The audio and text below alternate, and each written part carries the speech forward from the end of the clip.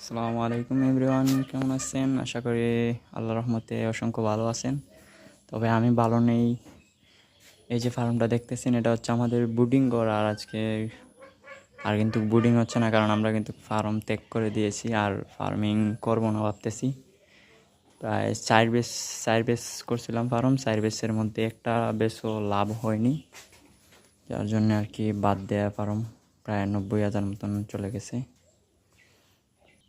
আর এই ঘরটা হচ্ছে আমাদের স্টক, আমরা যে ঘরে আর কি মাল টাল রাখি।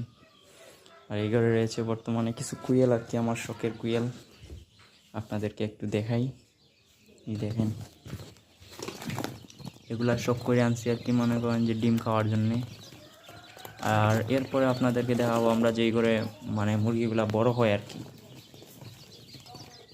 এইটাতে মুরগিগুলা বড় হইতো আর কি, তো এটা এখন পরিত্যক্ত।